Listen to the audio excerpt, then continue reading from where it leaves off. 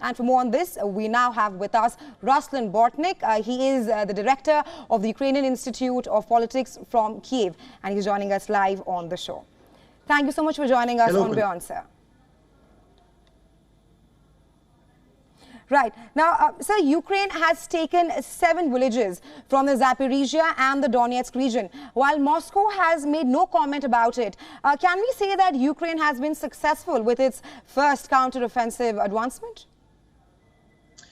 It's hard to talk about how deep is this success, but we can say that Ukrainian counteroffensive operation is really started, and it started in a few directions.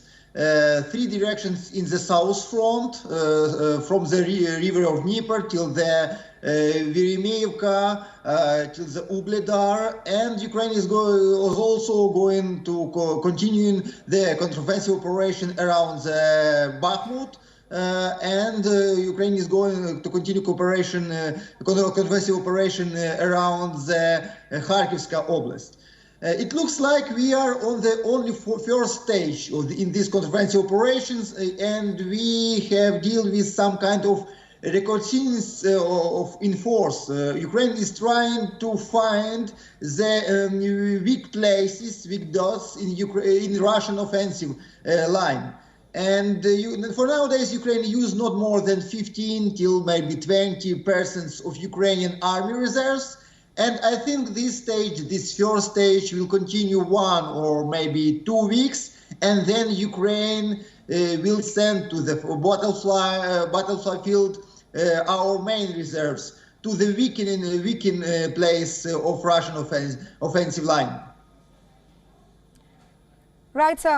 Also now, Ukraine is now fighting with new materials, strategy, and also NATO caliber tanks. And the offensive has just begun as we speak. What other new elements or what next steps can we expect as we move forward with Ukraine's much anticipated counteroffensive?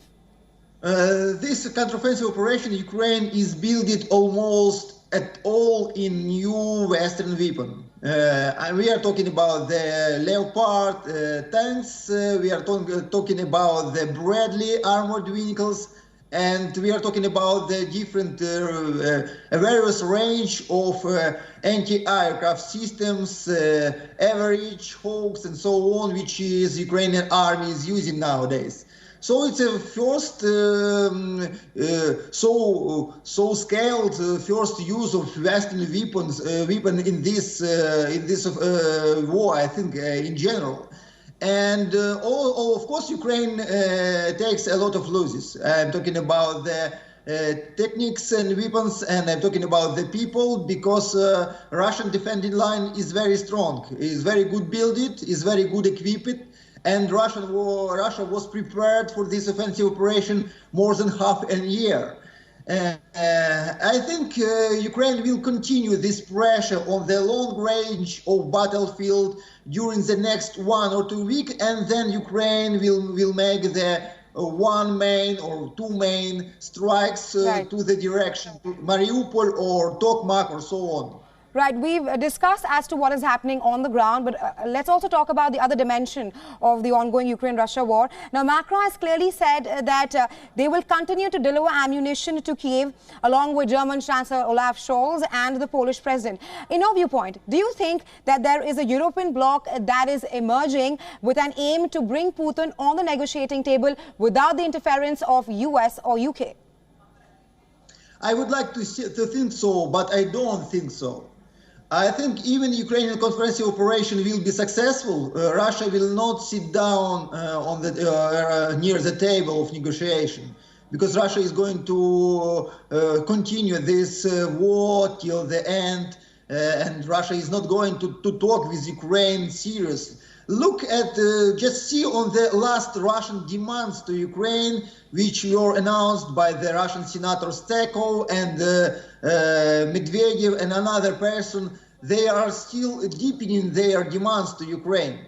So I think, unfortunately, it's very bad for my country. I think any changes in the battlefields will not lead us nowadays to the peaceful negotiation.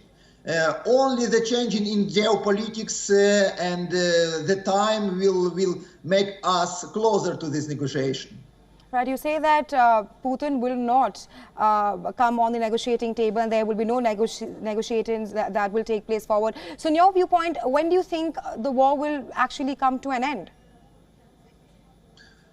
I hope maybe in a few years, if there will not be some kind of political agreement between Russia, United States, China and another important country, India so is. But because for all the sides of this war is existential war. The future of all the countries involved in this war depends on this war. The peaceful negotiation and the peace in the nearest future, I think, unfortunately impossible. Right. Thank you so much for joining us in WION and sharing your insights with us on this.